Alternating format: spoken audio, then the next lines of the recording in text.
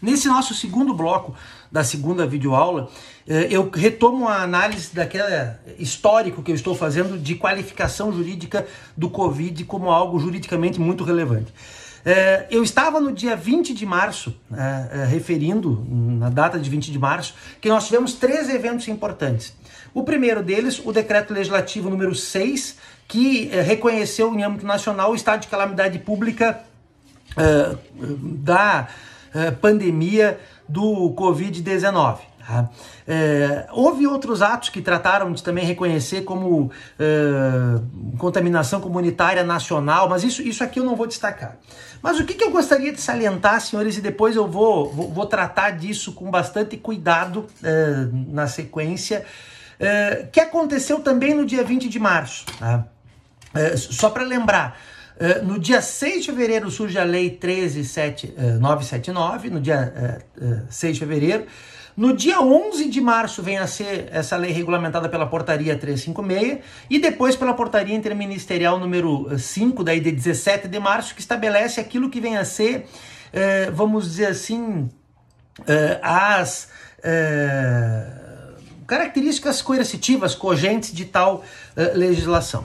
O que acontece, então, nesse momento histórico? Eu estou falando ali, se você for observar, as coisas recrudesceram, assim, as limitações começaram a surgir no dia 16, 17, talvez 18 de março. Tá? Nós estamos no dia 2 de abril aqui, então, olhem, são coisas que parece que aconteceram há muito tempo, mas nós estamos falando de coisas de 15 dias atrás, aproximadamente. O que eu gostaria de salientar? Uma das medidas, que depois aprofundarei, que é a quarentena, tá? Que significa, segundo a legislação, justamente aquela restrição de atividades ou de locomoção de pessoas suspeitas ou não, enfim, aquelas restrições que decorrem da medida de combate ao coronavírus. A quarentena, ela é de competência, segundo dispõe a Lei 13.979, ou do Ministério da Saúde, ou do Ministério ou dos gestores locais de saúde, desde que autorizados pelo Ministério da Saúde. Então assim, só para os senhores entenderem a dinâmica disso, existem algumas das medidas de combate ao coronavírus que são de competência do Ministério da Saúde tão somente. Existem outras medidas que são de competência dos gestores locais de saúde, independentemente da autorização do Ministério da Saúde, e existe, por fim, algumas atividades que são algumas medidas restritivas que são medidas restritivas de competência dos gestores locais de saúde, desde que autorizadas essas autoridades, os gestores locais de saúde, pelo Ministério da Saúde. E aí, naquela referida portaria 356, que é de 11 de março de 2020, nós temos o seu artigo 4º, parágrafo 1º, que diz o seguinte: a tal autorização do Ministério da Saúde, a medida de quarentena será determinada mediante ato administrativo formal e devidamente motivado a ser editado por secretário da Saúde do Estado, do município, do Distrito Federal, ou ministro do Estado da Saúde, ou superiores em cada nível de gestão, publicado no Diário Oficial, amplamente divulgado pelos meios de comunicação. Ou seja, essa é a tal autorização para que os gestores locais de saúde possam também decretar medidas restritivas, ou então os seus superiores hierárquicos o façam. O que permitiu, senhores, que todo e qualquer secretário de município, todo e qualquer secretário de Estado, todo e qualquer, portanto, respectivo governador, prefeito, enfim, dos respectivos entes federados, e também o Ministério da Saúde e o Presidente da República estabelecesse medidas de quarentena. E aí, o que nós tivemos? Num arranjo federativo tão complexo que nem o que nós temos, o que aconteceu, senhores, foi que cada autoridade dessas passou a editar as suas respectivas restrições. Os senhores devem ter visto fotos de Capão da Canoa com barricadas para que não se permitisse ingresso e saída de pessoas, por exemplo. Então, assim, o que acontece, senhores?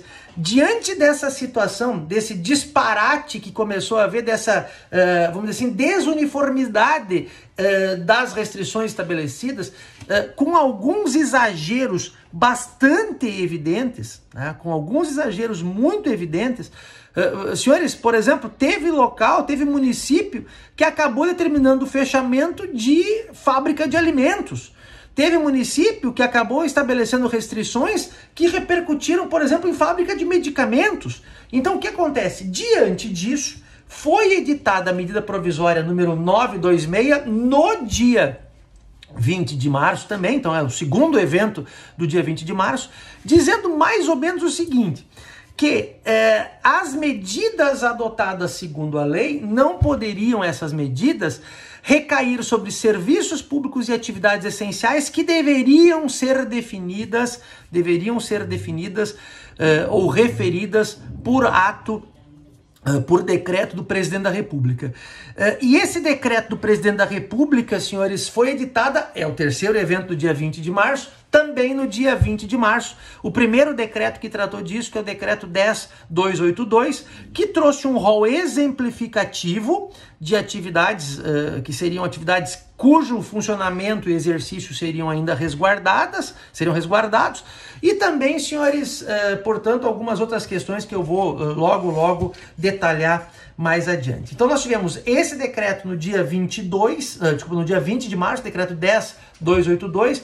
No dia 22 nós tivemos um outro decreto que declarou a imprensa como atividade essencial para que ela não sofresse qualquer restrição, e no dia 25, talvez sofrendo alguns clamores estatais, vamos dizer assim, alguns clamores da sociedade, houve um aumento do rol de atividades que seriam consideradas essenciais pelo presidente da República e, portanto, também algumas, isso já no dia 25 de março, decreto 10.292, que flexibilizou algumas, ampliou o rol de atividades que seriam atividades, portanto, resguardadas.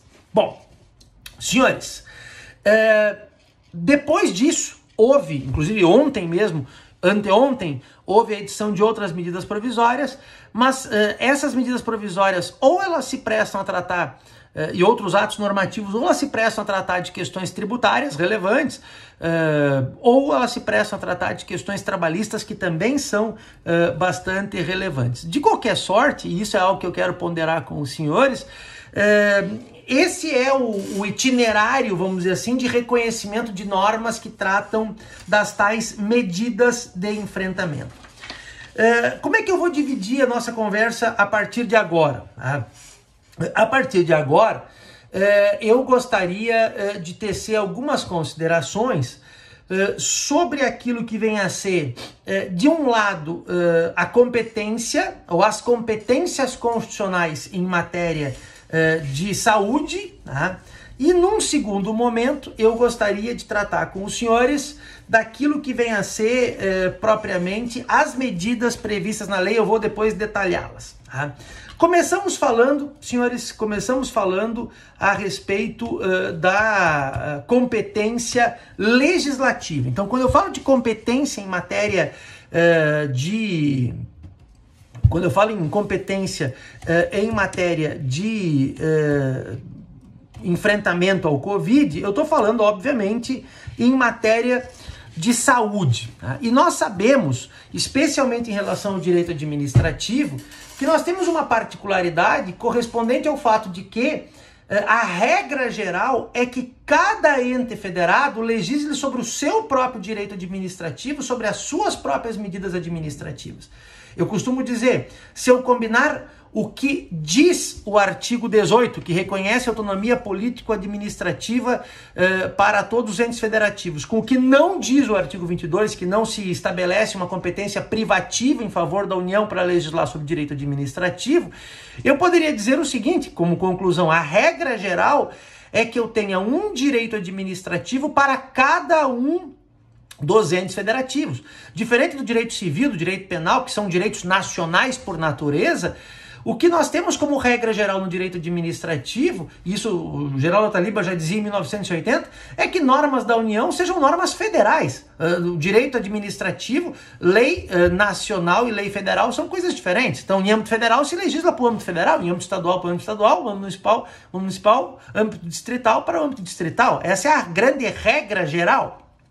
Pois bem, ao mencionar isso, senhores, eu poderia dizer, portanto, que o direito administrativo brasileiro ele é um só enquanto ciência, mas enquanto, vamos dizer assim, direito posto, eu tenho mais de 5.000 direitos administrativos, um para a União, um para cada estado, um para cada município, um para o Distrito Federal.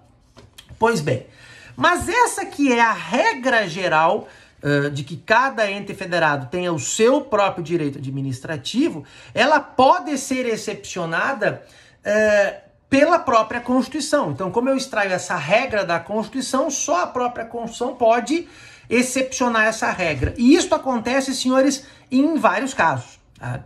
Eu vou destacar o que nos importa aqui, que é o fato de que o artigo 24, inciso 12, diz: compete à União, aos estados e ao Distrito Federal legislar concorrentemente. Observem que aqui não está referido município. Tá? Compete à União, aos estados, ao DF, legislar concorrentemente sobre 2 pontos, inciso 12, Previdência Social, proteção e defesa da saúde.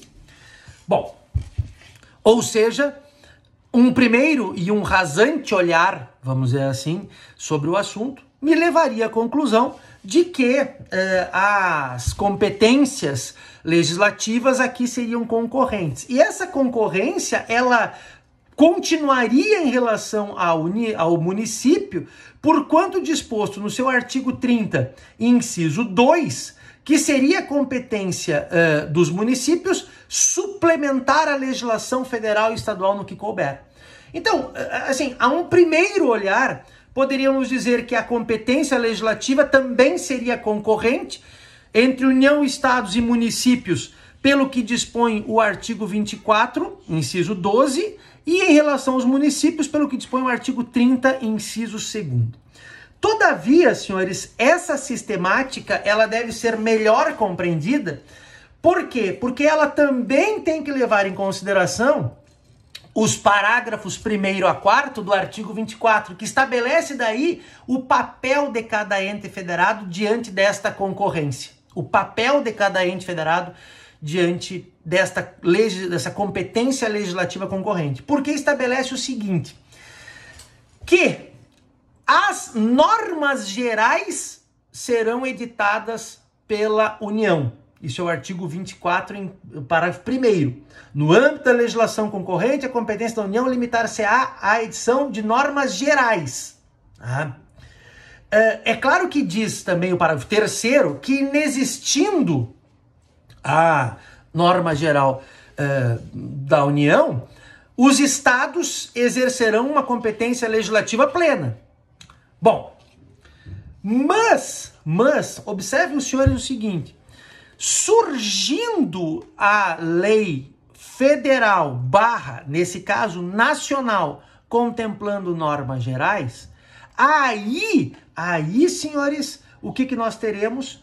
A mera competência suplementar ou complementar dos estados e do Distrito Federal, com base no parágrafo 2º do artigo 24, e dos municípios com base no artigo 30, inciso 2º.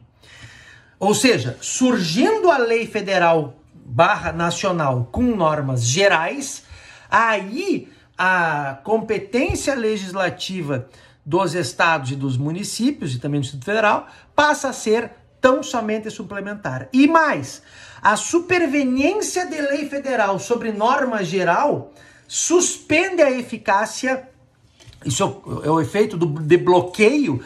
O professor Vasco de la Justina coloca isso no seu livro de controle de constitucionalidade de leis municipais, um bloqueio, o efeito de bloqueio de competências estaduais, municipais e distritais com a superveniência da lei federal, que torna que suspende a eficácia das normas contrárias anteriores e proclama a inconstitucionalidade ou determina a inconstitucionalidade das normas supervenientes que vierem com as normas federais, nacionais, conflitar.